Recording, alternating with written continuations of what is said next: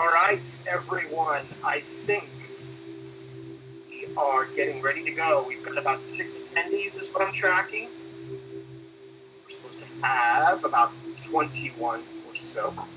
So I'm hoping or anticipating that more will come our way. So as they do, we'll welcome them. But much like every other webinar, we'll set the stage. So this is, geez, what is this webinar for, Kerry? Yes, sir. Yes, sir. In the Warriors Ascent Community Forum webinar series. So pretty good stuff. Turning conflict into intimacy. So again, Kerry, coming to us from Colorado, is going to go over intimacy and relationships and things that you can do to foster a better relationship, more intimate, more understanding. So it's going to be fantastic. Okay, we're standing at 9 now. Okay. Again, hey, Mike Kenny from Warriors Ascent, Kerry Stewart, our yoga expert from Warriors Ascent, and the guy that's going to give us our block of instruction. Just some basic ground rules, for those that are maybe joining us for the first time. We've got you all muted for now. You can unmute yourself at your leisure. Just click on the microphone button. But we would ask that you keep yourselves muted unless you've got something to say or a question to ask, because otherwise you can get a lot of feedback and it's very disruptive. I would say the primary means in which we can ask questions are via the questions tab or chat, which should be either on the right or at the bottom of your control panel. Either or, and of course, in a pinch, if you so desire, click on the microphone button, unmute yourselves, and if you've got a bit of question to ask, please do so. But otherwise, we'll just try to keep all the microphones off so it doesn't get cacophonous. All right, so with that, Kerry, I'm going to hand the controls over to you, and that way you can display your screen and do all the things that you need to do. And we're all glad you're here. This is fantastic. We will continue to do these. This is, I think, Kerry's not last, but last in this series. We've got Amy Schoenhoff next week, so that's good. So again, get on the webinars tab on the Warriors Ascent website and see what we have cooking. And then also with every one of these, after we're done, we post the recording so you can avail yourselves of them at your leisure. So with that, I really will give control over Kerry now. And Kerry, you have the comment. Awesome. Namaste, everybody. Wait. Hang on. I got all these crazy dogs right here. All right. So let's just go through and do a little test, if we can. And under the questions, you should see. Why am I muted? I'm muted. Okay. All right, everybody, can you hear me okay? Let's just go through and do a little test real quick, just so we're kind of all on the same page. So if you can, under the questions, if you can see my screen and you can hear me, just go ahead and type in your answer yes. Yeah, perfect. So give me 1 second to get in the dashboard. So there is a little bit of a delay from the time that I ask a question or you type it in till I get it. So it's not really instantaneous. And just like Mike said, if at any point you want to have like a verbal conversation, I would ask that you just raise your hands in here and Mike will keep an eye on that.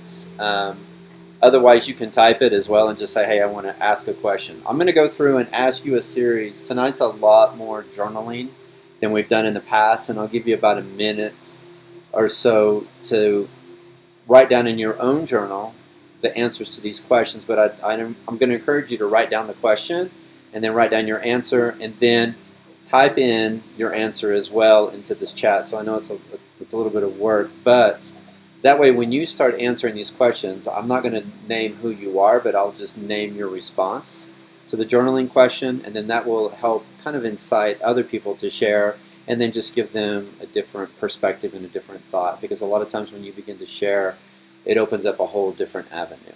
So tonight is turning conflict into intimacy. I want to thank all you people for joining me. Super excited. I always love it seeing friends and family on these. And this is a lot of what's worked with me in my professional and personal relationships, and some of the things that hasn't worked. And I'm going to try to keep it at an hour. For those that know me know that I like to talk a lot, but this is really scheduled for about 45 minutes, so we'll just see how it goes. All right? So at any point... I've got a poll real fast. Yeah. Like. Yeah. And just so anytime you have... Yeah. Go ahead. There it is.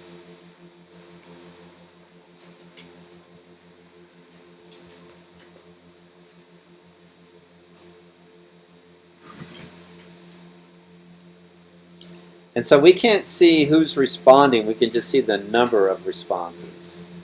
So. Right. I will be able to post it at the end, so I'll read this out. Do you desire more intimacy or a better connection in your relationship or ships? Just like one of the following: yes, no, perhaps. So we've got 56% have voted, and again, for people that are new, I can't see specifically who's answered. I would anticipate that everybody's going to say yes, which is the reason you're here, but it's always nice to see. So far, it's 100% yes out of 67. Let's get a few more just to make sure. Yeah, so close poll, and I'll share the results. Boom. So pretty much 100%. Absolutely. As one would expect, otherwise you wouldn't be listening to Carrie, but let's just reaffirm. All right. All right, so you should see my, there's always a delay. All right, so you should see my screen here in a second. All right, so these photos, I'll explain some of them, of course, but you know, the thing is, do you desire more intimacy in your relationships, personally and professionally? So this is a photo of me taking alcohol away from my dad at a very young age, and you know, he always struggled with alcohol, and when he drank, he became detached. He wasn't the same person, right? And that's how it is for a lot of us. So a lot of this is going to be just like a real life experience in what I've learned in my journey and my path. And so we'll talk about this, and we'll also talk about how we can provide healing options for closure in past relationships and the things that have worked for me and that have really impacted me, and from the feedback that I've got from other people that have worked really, really well with them as well.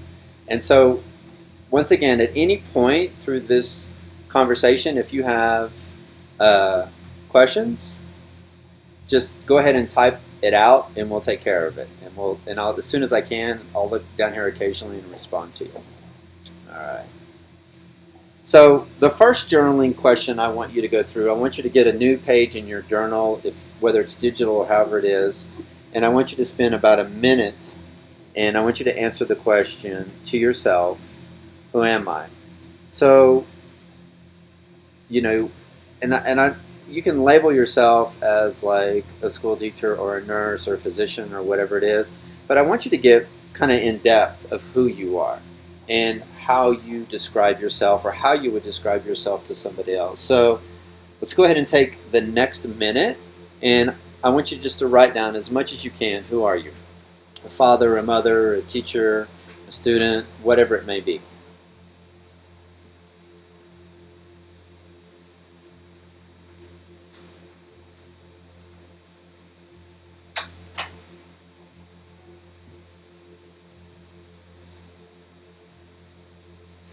And just keep asking yourself, who are you? And how do you label yourself today?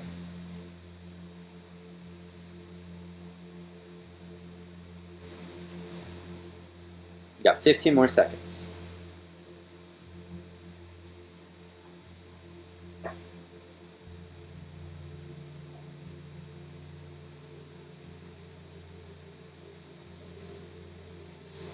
All right, and you can always come back to this and finish this. This is an exercise that I like to do personally about every 6 months, and just kind of reflect and see how I've described myself over the past. And so we're kind of getting to the root of who we are, right?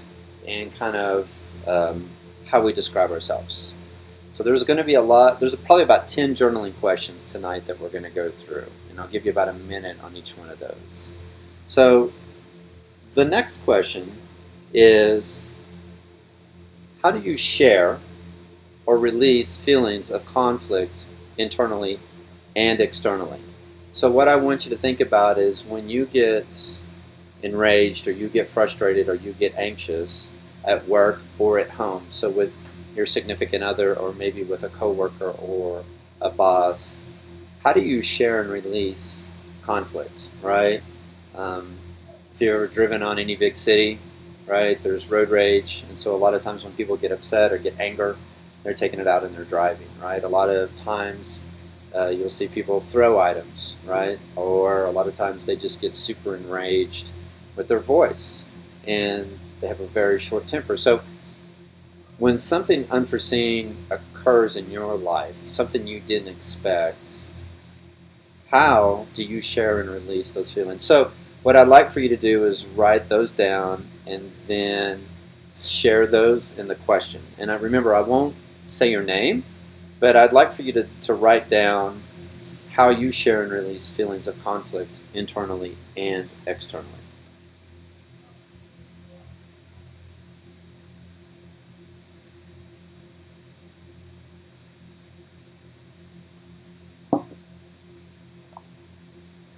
And then as I get those responses, I will read those out. It's about another 30 seconds on this one.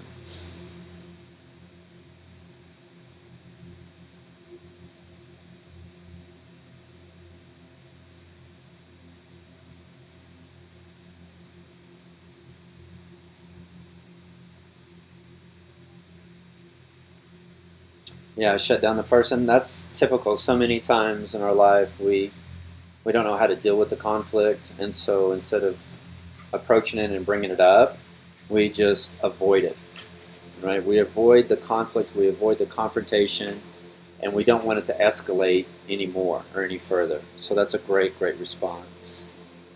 Or shut out, yeah. Explosive yelling. Don't release internally and hold on to it. You could be related to the Stewarts because most of the Stewarts have that same response. And so it's within self-regulation, and it takes time to kind of be aware of those feelings and those thoughts and those emotions. I didn't say this earlier, but I'm in a house right now with 8 people and 4 dogs. So usually at 6:30, the dogs want to go outside, and I'm usually the one to take them. So it's about 15 minutes early, but they'll really be bothering me here in a minute. Another response is stress, tighten up, short fuse, angry, emotional, detachment. So it's very important that you write these down too in your journal, and you become aware of how you relate to stress and how you share these feelings. I cry, I yell, breathe. And then I tend to keep quiet until it builds. Yeah, like that slow fuse. And when I feel it's time to talk about things, it's difficult. There are usually tears to frustration, and I find it easier to write feelings than to speak so I can gather my thoughts. Yeah, it's important to journal. Yeah, if this is your first time going through any of my talks, I really encourage journaling like each and every day. And it can be digital. You can write it down on a computer or whatever, or it can be in a book. But writing down and understanding the process of what's going on. So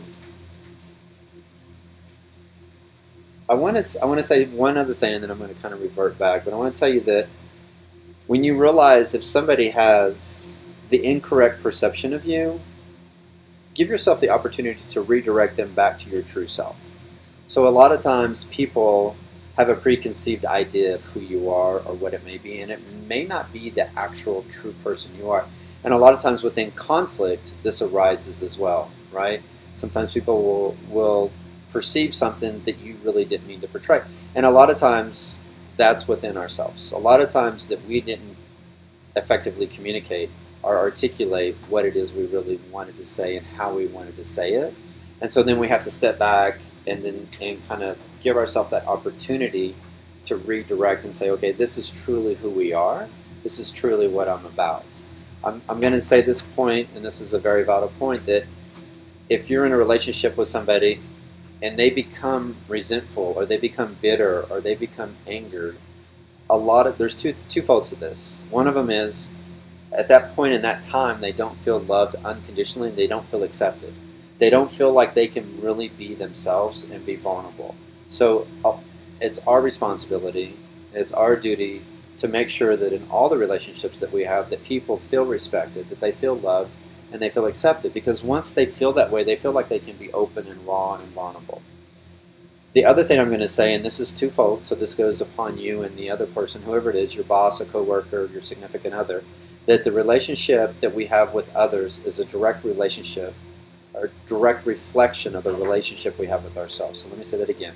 The relationship we have with others is a direct reflection of the relationship we have with ourselves. So when you love yourself, when you accept yourself, when you respect yourself, then you can give that to others. A lot of other people in this world do not love and accept themselves. And so they're projecting that energy and that atmosphere out to other people. So realize that through this process and this journey, it takes time. It takes time to build and establish an environment of unconditional love, acceptance, and true respect for one another. That you're always giving that. And that goes back to that misconception. Sometimes people have a misconstrued idea of who you really are, and it may take a little bit longer for them to begin to understand who you are.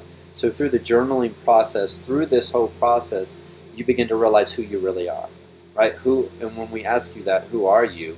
Then those are the thoughts, the feelings, and emotions that you can portray to yourself and to others, and get down to, I would say, the ground root of who you are.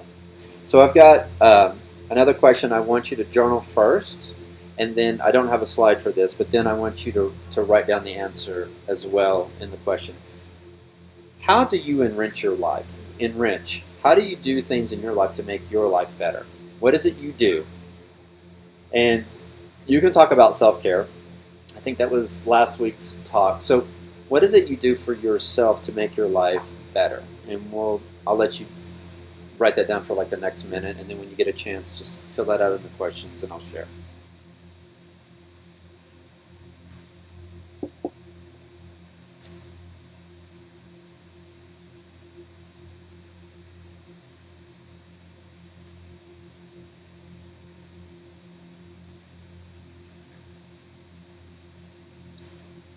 All right, got our first response. I avoid by withdrawing and stewing on it until I can refrain, as it is something that's just my problem. Little bit of control freak, yeah. And if that's just my problem, then I can control it. Sometimes this leads to resentment because often I don't get my needs met, and then I lose my temper when it gets too much. Yeah, that's a great example because that's typical for so many of us. And one of the things is when you begin to allow yourself to be vulnerable, raw, and authentic, then you can relinquish some of that control, and you don't feel like it's a necessary, right? But I can promise you that part of this is respected, love, and acceptance of who you are. Once you begin to feel that in yourself, in your relationship, then you relinquish that control a lot more. Let's see what this is. Volunteer, go to college, eat as much organic food as I can afford. Yeah, that's the thing. It's within that budget. Volunteer and exercise. Yeah. And then somebody said me too, so they must have agreed with that first comment. I try to give myself a break. I read or watch a show or even take a nap. A lot of time enriching my life comes down to giving myself permission to ignore the shoulds of my to-do list. Yeah, I like that one a lot. And then time with loved ones, meditation, exercise, massage, working in the garden, walking dogs, listening to sounds of nature in the backyard, and fire. I love all those. Those are great examples of how you truly enrich your life. So the next one is more of service. And then I want you to answer and think about the people that you truly have a relationship with right now. So you may be at home working, so if you're telecommuting, or your significant other, or even your kids. But I want you to think about, how do you enrich the lives of others? So the people around you, how do you make their life better, and what do you do? So I got a couple more responses while you share those. Bible reading, walking, watching TV in the screen room. Yeah, and schedule my tasks and see them through to completion. That's really good. That's what I can do to make my life and our lives better, and get outdoors and enjoy. And then listening. Listening is a true, like, one of the biggest forms of communication, right? And listening without judging and preconceived ideas of what you think the person's going to say. That's been one of the biggest challenges, especially like when I've been with my wife for like 30 something years, right? So a lot of times we predict what that person's going to say during a conversation, but giving yourself to be present, to be in that moment, and observing everything from objective view first, and then seeing what they have to say, and then sometimes if you just go through and repeat it. I work with autistic children. I believe that enriches my life and the lives of children, and I agree 100%, in the life of their parents, because that's definitely a challenging work. That's somebody that really has to have a lot of patience and really be present in the moment. So, yeah, thank you so much for sharing. So, it's important for you to validate kind of yourself and how you feel like you have a sense of purpose in your relationship and what you do. All right? So, here we go. What excites you about life? I think I ask this on every single session, right? Maybe in different terms. But I want you just to spend about the next minute writing down, again, if you've taken these sessions before, what excites you. So this is my wife and I in Germany. And it's pretty funny because behind us is this beautiful waterfall, but in front of us is a bunch of naked men just hanging out in the park. And between us and these men is a bunch of little school-age kids, because culture is different, right? And I saw it as a lot of different excitement. We were excited because we were able to spend like a week in Munich and see a lot of different things that we hadn't seen before.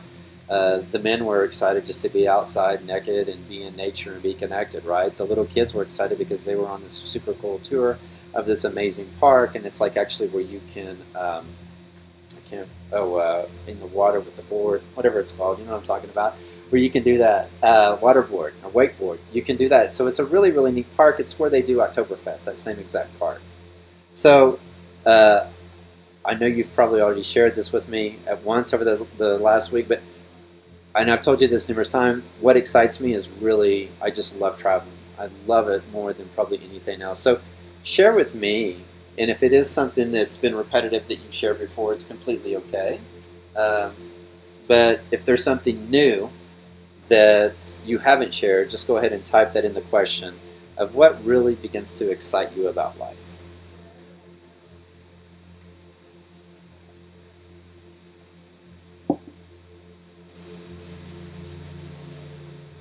And then after all these journaling is when we'll get more into in depth with some of these talks and these discussions. Accomplishing my goals is one, and seeing a project through. Working with my hands, I love that too, and serving others.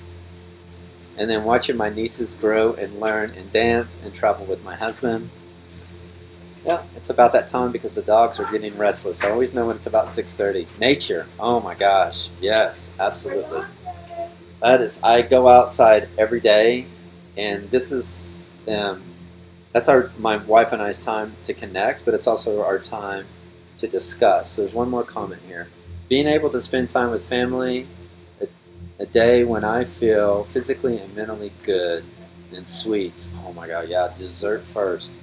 If you follow me on Facebook, you will see that when I go out to eat, I want dessert first, right? Seeing loved ones succeed, that's a really great one. Working in the yard and finishing projects, traveling and meeting new people in nature. Oh, we got one more in here. And traveling, spending time with the family, spending time with family, having a good relationship with my wife is most important, and so what makes her happy, respected, and feeling loved. That's a great response. So what my wife and I decide to do, and I do it with timing. So you want to make sure that if you have to have an in-depth conversation with somebody, that it's a good timing, that they're not going to be distracted. So usually my wife and I's discussions are when we go on our hike at night. So when she gets off work, and I know the time has changed, so here pretty soon we'll actually go on 2 hikes in the evening, but we take the dogs out and we'll do like a 30-minute, 40-minute, and then sometimes an hour to hour and a half hike. And that's our time to really connect with nature. That's our time that we're not distracted with our phones and things going on in the house, that we can really begin to have conversations. And one of the things that's very important is that you start with that high level conversation, the one that's really been on your heart, the one that's really maybe been bothering you, the one that you really want to accomplish, the one that you want to see through. And how you approach it and how you talk about that, right? You want it to be respectful, you want it to be loving, and you want to give that person acceptance.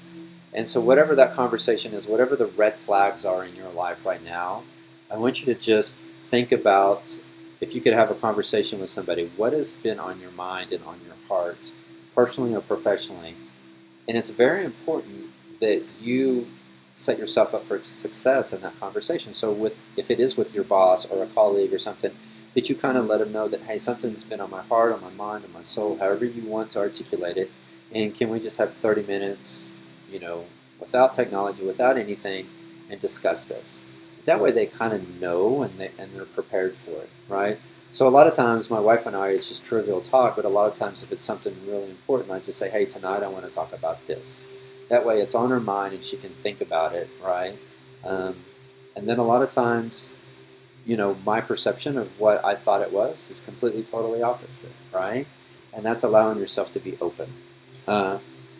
One thing I want to tell you is that, like, as you change and you go through this journey, so those of you that have gone through Warriors Ascent, or those of you that will attend it, it's truly a transformative process. The person that you walk in Monday is not the same person that you are on Friday when you leave. And going through the same exact process of what we're doing with all these different talks and things, it's going to transform you. And if you think about, like, anybody here that was in the military or served, when you signed a contract when you went in, and this is who you were and what you're going to do. It's the same thing with your relationships. But as we grow and we evolve and we change the contract that we had with that person. So you're no longer that person, and that person is no longer that person. So understand that through this journey and this transformation, that there's some growing, there's some time, that things that probably weren't discussed before that are going to be discussed. There's going to be some time that you take for self-care that you didn't take before, and a lot of people don't understand that, right? And so it takes time to communicate and let people know exactly what's going on with you. All right.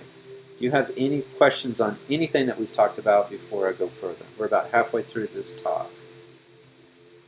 If you have any questions, go ahead and just put them up there. I don't see anybody's hand raised, so if you raise your hand, then we can actually have like a verbal conversation. All right. So this is one of the things that's helped me the most. And it's writing a personal intention letter to those you love, right? It's, I can't see my full screen. Give me a second here. Those that love you, and those that have hurt you, and those that you have hurt. So this is like my brothers and sisters from my dad's most recent marriage. So there's me, then there's Amy that's right below me, and then my brother Jeremy, and then there's these kids. And so with all the dynamics of this relationship, there's been times where people have been hurt. Not always intentionally, sometimes it is intentionally, right? But once again, with family, with friends, with all these things, it's truly about forgiveness. And so years ago, I think my wife and I were temporarily separated, and she was in Oklahoma, and I was in Omaha, and I was flying down to Oklahoma to see her. And I hopped on the plane, and there was this lobbyist that hopped on the plane, and I was like, hey, what are you doing? He goes, oh, I'm going to Omaha to go to the casinos. And I was like, oh, that's cool. And he goes, yeah, I just called my wife from the airport and told her I was going up to Omaha for the weekend. I was like, wait a minute, my wife would kill me, He's like, yeah, I just hopped in. I just decided at the last minute that I was going to go to Omaha to go to the casinos. I'm a lobbyist, and, when time gets really busy and that time of the year, I'm working 60, 80 hours a week. Like, I won't even see my wife. I won't have any time for myself. I won't be able to do anything for myself. And I'm like, well, how long have you guys been married? And I think he said at that time it was like 35 years, and they had grown up together, like in the same neighborhood, like from little kids. And I asked him, I said, so what's the number one key to a relationship? And he said, forgiveness. He said, forgiveness is truly the key. And that's what made me realize that's the key to all relationships, personally or professionally.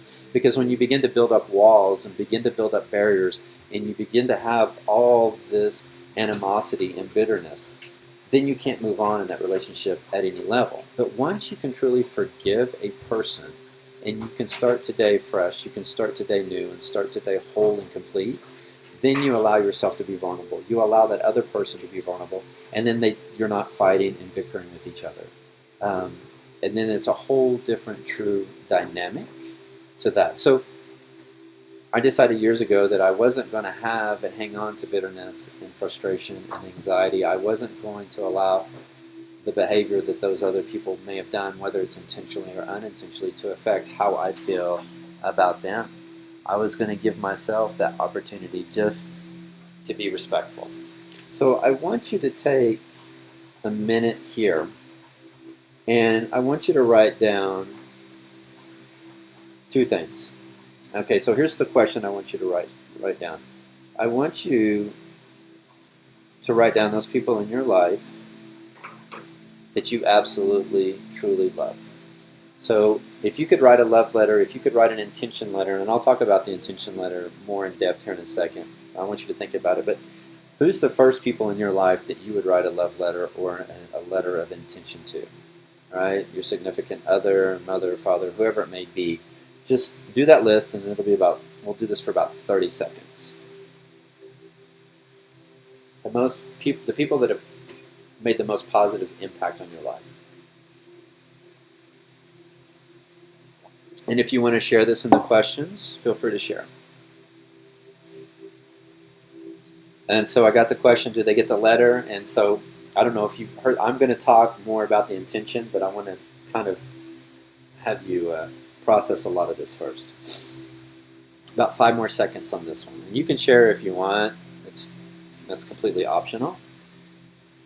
All right. Now I want you to write down those people that you may not love, right? That you may have some, hate is a really strong word, but maybe that you have a lack of respect, or you have frustration against, or you have some bitterness, or you've built up some walls.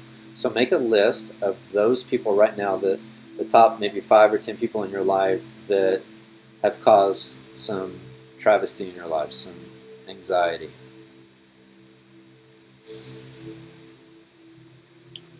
That's going to be about another 10 seconds on that one. We'll spend more time on the positive than the negative.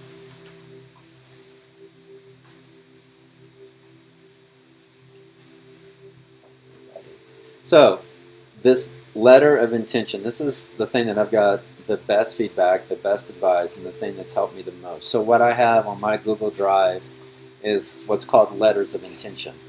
And it's not like I have the intention of sending these. That was the first question.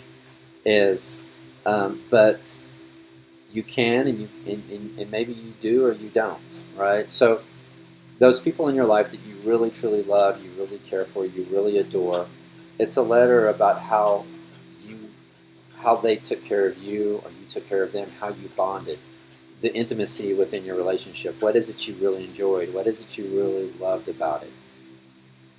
So then the opposite, those people that you may have hurt in your life, or you have hurt them, or vice versa, or both, that's cautious whether or not you want to send a letter, but no matter what, you want this letter to be positive.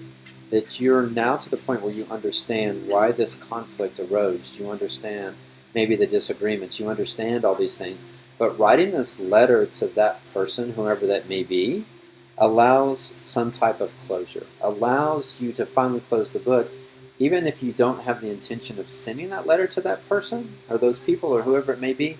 At least you've got all this off your mind, off your heart, off your chest. And so one of the biggest benefits about journaling is it allows it to come out of the mind and to free up the mind and free up the heart. That's one of the reasons why I like doing it digitally, because if the relationship changes or my perception changes, then I can just go back and retype it. But the ones that have hurt me, I have no intention of sending that letter to them. But I still wish them goodwill in the letter. So what you're doing is you're allowing yourself to release this out of your mind, out of your heart, out of your soul. Journaling is a very, very key process into being able to be relaxed and calm. Even your to-do list of things that you need to get from the grocery store or the hardware store, if you write those down, then it frees up that space in your mind for other things, and especially to be calm and to be relaxed and to be centered. So does that kind of answer the questions on the letter of intent? You can send it if you think it's going to be something positive and uplifting, but if you think it's going to cause any dissension in the relationship, don't send it. But what it does is it allows you finally to have closure with those relationships of those people that you may have hurt unintentionally or intentionally, and the people vice versa that hurt you either unintentionally or intentionally. Is that cool? Any questions on any of that stuff? I'll wait just a second.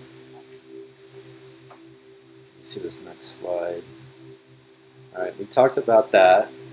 Changing, when you change the contract with others. So this is me and my wife in 1990, I think, at the World Trade Center. And we went to the top of the World Trade Center, and then Liberty Memorial, or Statue of Liberty is behind us. And then we went to the Statue of Liberty, took photos, and the World Trade Center was behind us. So you can see me with my amazing mullet. So I'm not the same person. She's not the same person that we were in the 80s or the 90s or even 2000. We're completely different. Hi. So, to give you just a little bit more in-depth understanding of women and men. So, women absorb all the energy around them, most of them, and are more empathetic. So, they're more in tune to what's going on. They're more understanding and more emotional. And so they bring in all this all day long, right? And so that's why women are really, really good leaders, and they're really good in a lot of those positions because they can understand and relate, and they make things more relatable. So understand that if you're a woman or if you have a relationship with one, that they really need time for self-care every night. They need time to let go of everything, and it's very important if they have the opportunity to journal, to let all of these things out, to let it all go. And otherwise they're going to go to bed and their mind's still going to be turning. They're still going to be thinking and focusing on all the things that happened that day. So they need lots of time and self-care.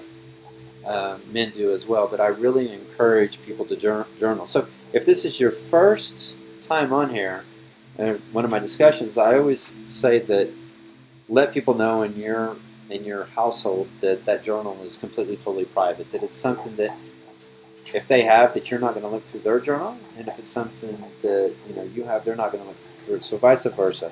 That those journals are extremely private, and they're not for other people to look at. If there's something that's really bothering you and you really need to get it out, I always go through the process of you can write it down in your journal, you can rip up that page and you can throw it away, or you can burn it, or whatever it is. But a lot of times there's a lot of that frustration or guilt or anger or whatever it may be that you need to get out. Go ahead and write that down, and just, if you don't want to keep that in your life, if it's something that you really need closure on and you need to move on, just rip it out and just throw it away, or you can burn it. All right. So it takes men twice as long to return to a calm state after a trigger than women. So this is a great point. If you're a male and you get in some kind of argument personally or professionally with somebody, that you begin to realize that our emotions are really, really heightened. Our amygdala begins to kind of swell up. We're designed differently, right? And so for us to get back to the state of calmness, this threshold, it takes us twice as long as a woman. And if you've ever been in relationships like that, you realize that a lot of men still are like, oh, they're driving crazy and they're really angry and they're really frustrated. And the women have already moved on. They're already like doing other things and like, oh, I'm past that. I've moved on. So realize that about yourself and giving yourself that opportunity to find time for self-care, to find the time to kind of relax, to find the time that you need to be alone with yourself, and to make sure that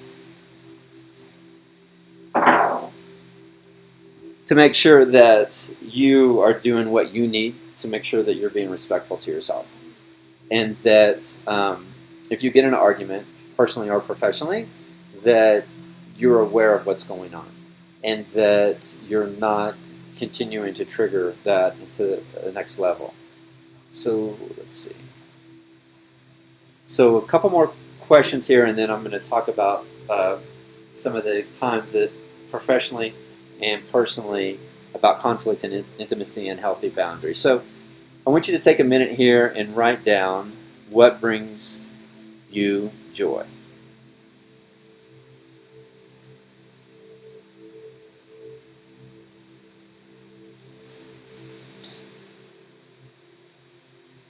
And once again, that could be what excites you.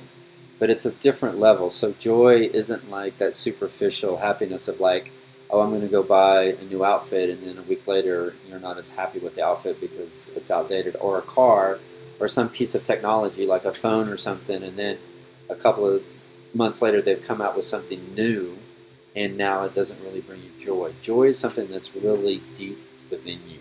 Something that's really going to excite you long term.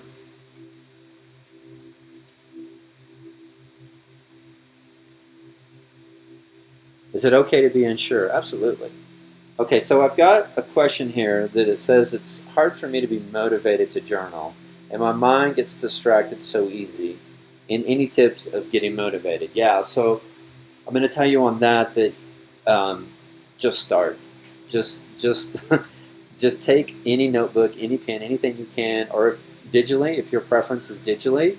I like having both. I like having my wallet with a notepad in it because if I'm on a trail or a hike and I get some kind of inspirational thought, I want to be able to write it down. But I like using Google Drive for my other journals as well, because if I'm on my phone, my iPad, my computer, or whatever it is, I can access that easily, right? So I have that as well, but then I have my paper journals with all like my yoga sequences and things like that. So my question or my response to you is just start tonight with high-level things and start with the things that are on your minds. And whether that's dreams or visions or goals or anxiety or your fears, right? Or maybe it's a list of what you want to accomplish or who you want to write these intention letters to. I would start with that and just title each page something different of what it is, and then allow yourself to just start that process. A lot of times journaling, it can be doodling, right? One of my brothers that's not in that photo, one of his forms of journaling is drawing, right? So that can be a form, and it's very helpful as well. And then activities that bring you joy, exercise. Yeah. So one thing I want you to think about and how you can do this is when you have conflict, personally or professionally, is allowing yourself just for a minute to put yourself in the place of that other person and how you make them feel, right? And release the urge to always prove that you're right. It's not a competition. Relationships aren't about who's always right and who's wrong. And remember that proving yourself right isn't proving somebody else wrong, right? So just release the urge that you always have to be right, that you're always correct, that there's always somebody wrong or right. That's not how life is. Life is just life a lot of times. And we each have our own impression. We have our own interpretation. We own beliefs, our own feelings, our own thoughts. And they're not wrong, right? So just because your feelings are different and your perception is different doesn't mean that the other person's wrong, right? And it doesn't mean you're right. It just means that they're different, okay? So, and I shared this story, I think, the other day about healthy boundaries, but I'm going to share it again. And then somebody says about Joy, nature, their niece, and yeah, of course, we all knew that. Seeing a child learn something new for the first time. Yeah, and I learn stuff, I feel like, every day. So how and when you deal with conflicts is very important. And a lot of times, I'm going to say that these fights and discussions that get agitated and aggravated, it's normal. And don't let that get you down to say that we fight every day, because a lot of times a discussion isn't really a fight. We mislabel things. And just because you have these feelings and things are a little heightened doesn't mean that it's really an argument. And it's not, disruptive. It's actually can be productive. So I'll give you an example of when I worked at the USDA. And I've shared the story, I think, with Healthy Boundaries, but I came in and I said I'm going to be gone or something. I think I went to the doctor or whatever, but I came in, instead of an hour, it was like an hour and 15 minutes. And then like the main branch manager of this area, and so you walk in like two secure areas, so it's super secure, and he just yelled at me in front of everybody. Like, where have you been? Why are you 15 minutes late or something, blah, blah, blah. Very rude, very inconsiderate, very unprofessional. Like, raised his voice at me. And I just turned around and I said, look, I walked in that door. I can walk out that door right now. And I never have to come back into that door. So if you need me and you want me to work here, you're going to have to be respectful and understanding of my time. So and I yelled back at him. So even though I said it, it wasn't quiet, right? And so I could have maybe handled that a little bit different, but I just wanted to diffuse the situation that was occurring.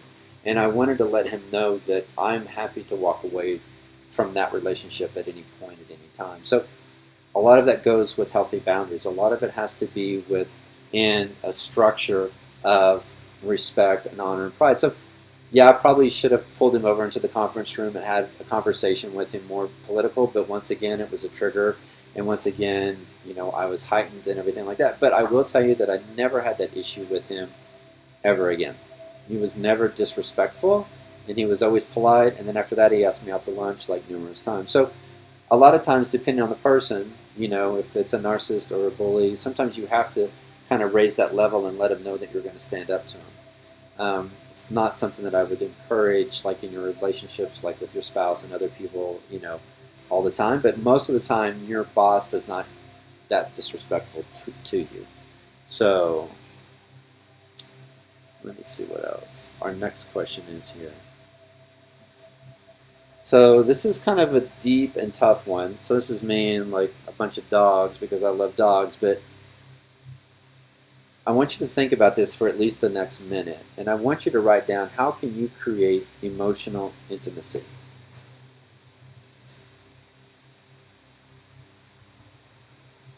Think about how you can create emotional intimacy, and then when you've come up with an answer, please share with the group, and then I'll share that.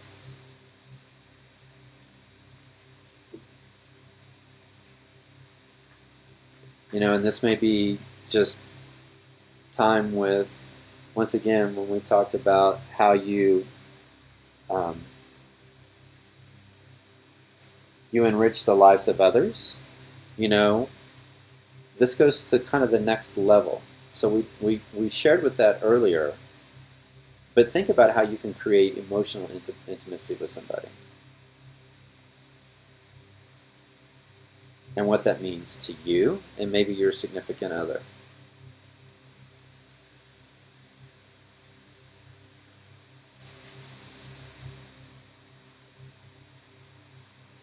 About another 30 seconds on that.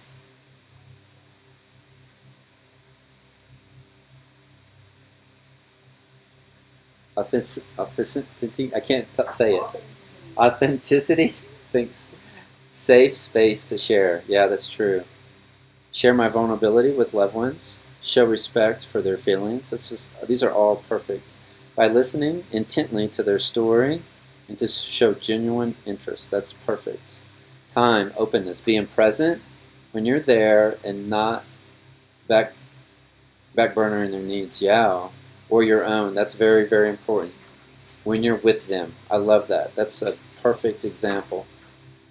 The needs to be trust between two people and the feelings of safety that you share will be listened to and address without judgment or anger. That's perfect too. And then honesty. Yeah, and it's tough a lot of times to be honest. Um, the person that wrote that knows my life and my history, my past, and knows that that's been one of the biggest keys between my wife and I is that we have always really been honest with each other. And it's tough and it's hard, especially when you're going through transitions or you're going through like your midlife crisis or whatever it is, to open up to that person and let them know exactly what your wants and your needs are and exactly what's going on in your life. You know, I want to let you know too that a lot of times, like with work related or new friends, new acquaintances, like you can't see your future connections, right? So many times in our life we just want to give up or we just want to quit or we're frustrated or we're anxious with the relationships and different things like that.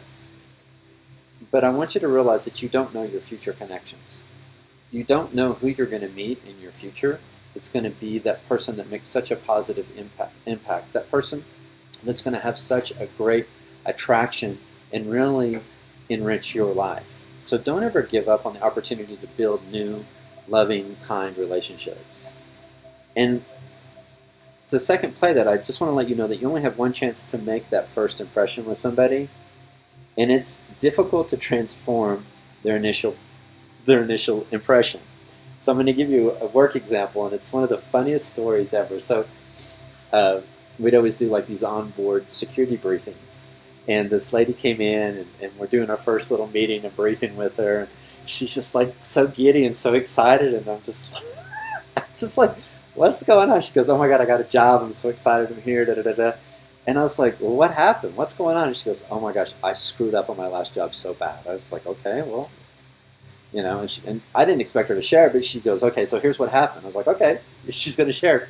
She goes, I'm driving to work. I'm running late. And there's this car in front of me just driving, and I start honking and honking, and finally get a point to where I can get around him, and I flip him off, and I'm like, and I get in, and I get to the parking lot, and she goes, I look over at the guy, and he's like, whatever, and I get in, and I walk in, and she goes, you won't believe who I flipped off. She goes, my new boss. And they basically just fired me on the spot.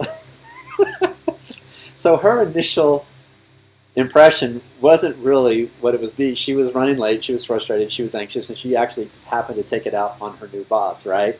So she made what I guess you would call that mistake, right? She made that judgment call, and she never ever did it again. But it's one of the funniest stories because she was so grateful, but she learned so much from that. So the times that we screw up in our life, the times that we don't always make that impression is a great opportunity to revert back, right? And to get in touch and to re-examine who you are and who you want to be. All right? Let me see what these slides are. This is a tough one too. How can you create intellectual intimacy? Not just emotional, but intellectual. There's a book that I shared it with you guys last week. You can just see that I keep it on my coffee table, but I think this is backwards, but it's Emotional Intelligence. This is a very, very good book.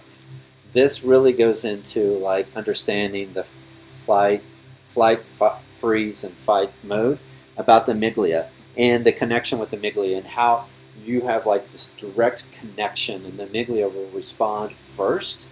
And so once it becomes enlarged, right, once you have PTS and all these things change in you physically, then those also change in you emotionally, mentally, and spiritually. So it's a very, very good book. But I'd like for you just to take like 30 seconds and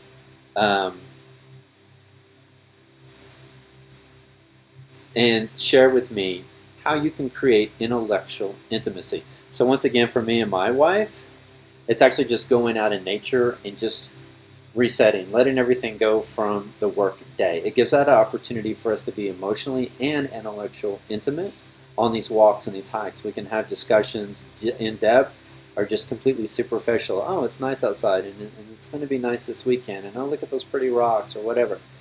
But it gives us that time to let go of the whole work day, right? And we do that every single day that we can. So how can you create intellectual intimacy within your relationships? Oh my gosh. So, I got 5 minutes left. And you know, I told you I like to talk when I go outdoors. Yeah.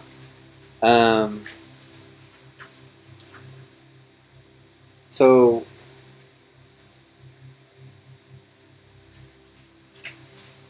I can't type this. I have something I do want to share with you guys. So what I want to do is there's some keys to relationships that I want to share with you guys. All right, so here's what we got. When we go outdoors, when I take a road trip, develop good listening skills, learn to listen carefully, and let her finish without forming my response. That's perfect. I'm still working on this. The walks together are usually great in building our relationship. And then I used to tell my husband about the book that I was reading as though it was a story for him. So Mike, somebody wanted to know if you've actually read this book, Emotional Intelligence, and I think, Mike, it's on his reading list, if I'm not mistaken. I have. Okay. Intelligence is good. But to talk about amygdala hijacking, a variety of things. Yeah, I mean, it's been a while, but there's that. And then the other one that comes to mind, I'm looking at developing good listening from Thomas.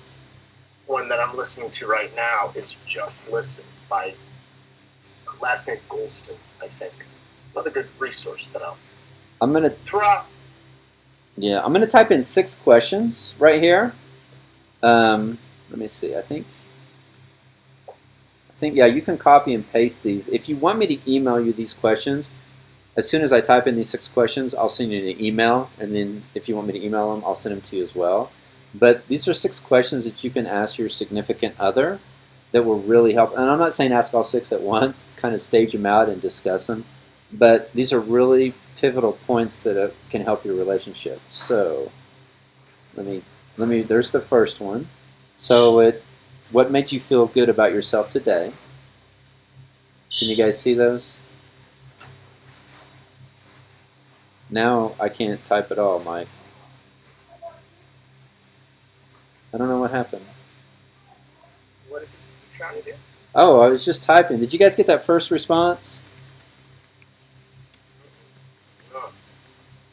All right, well, let me do this. I'm going to just send you my email, and then if you want these questions, I'll tell you what they are, and then I'll send them to you. Okay, Amy said she got it comes up as an answer. So I just sent you my email. This will probably be easier, and then I can just send them all to you. But here's the 6 questions that I'm going to say that can help really impact your relationship. This is what you ask them. What made you feel good about yourself today? What has been making you feel alone and unworthy? And what have I done recently that helped you feel loved and appreciated? And what scares you about a relationship? How much have you loved yourself lately? And what else hasn't been asked or discussed? So a lot of times you don't want to over in a date, but if you ask that person that question maybe every other day or so often, and you can rephrase it into your own words, it really makes a huge impact. And then there's a couple other points I want to discuss, and then we can close out with any questions. So through conflict, right, I want you to make sure that you apologize genuinely. A lot of times, significant other will like, you didn't apologize, you didn't say it. So they're kind of forcing you to apologize, but do it on your due diligence and do it genuinely, right? And really, to me, saying sorry means you're not going to do it again, right? So make sure that when you do apologize, it's truly genuine. It's just not because they're requesting you to. Promise that you won't make that mistake again. And focus on trust constantly. Somebody talked about honesty in here, and that's very, very important in a relationship, that you build trust on all levels. And you're as transparent as possible on all levels. And try to go above and beyond with and for your spouse or your significant other. Go the extra mile as much as you can and put a little energy and effort, and they realize that. They're going to see that you're putting in that really good effort for them. And just be honest about everything. So that's I mean, I always have more, but I know we have an hour. So if you want those questions to ask, email me and I will shoot those to you. And then I just want to go through and see, is there any other questions or anything that we talked about tonight? That's some really good questions, about the intention letters, about journaling. And if you want to recover those topics, you can feel free to call me and we can discuss those in person. Or if there's any other questions, just feel free to just write it down before we close up here. So this is my wife, and it's super, super cold on the hike that we go on every day. And I want you to view relationships as challenging as work. Work has a lot of negative connotation about it a lot of times, and you feel like, oh, I've got to be there and I've got to do these things. I want you to view your relationships from this point on as challenging, professionally and personally. And take away any of that negative. Have an opportunity to be delightful, to be fun, to find them enjoyable. And then, so finally, do you guys have any questions on anything at all? I'll wait here for a response and see if you want to rediscover or re-go over anything. And Mike is going to say this, but there's an email, and so what I would appreciate is as much feedback as possible over this topic of what you would like to see, what maybe something different, or maybe if it needs to go a little bit longer. But any of your emotions that were tied to this, thoughts, feelings, just your most critical feedback that you can provide. All right, Mike, I don't see any questions about anything, so... Well, all right. No, hey, everyone, thanks so much. Carrie, thank you. Namaste, my brother. Yeah. As always. Good stuff. And as Carrie expressed, we'll have a survey at the end of this. We'd ask for your honest feedback. Because number one, we always want to get better. Number two, we want to offer value. So things to make the webinar format better. Things that I'll say are topical. What topics you'd like us to discuss. And then last, just different formats. Carrie and I were talking about perhaps doing a Google Classroom. We've talked about maybe just doing a community forum, less topic-based, and really just more facilitated conversations, seeing everybody's doing. So we have, a variety of other webinars teed up. Amy Schoenhoff, mindfulness, mindful communication is the next one. And then a Foundations of Mindfulness series after that. Check out the website and the webinar tab at voicesync.org to sign up for those. But beyond that, we'd be willing to establish some other formats, some other topics, if it's something that you'll all be interested in. The only way we're going to know that is if you provide us that feedback in those surveys, which is why we inundate you with them. That's right. And really hit that home. So now, hey, thanks so much, everyone. We appreciate your support. We want you all to stay healthy, and see you next week. All right. Love you guys. Thank you so much. I appreciate it. I'll talk to you soon.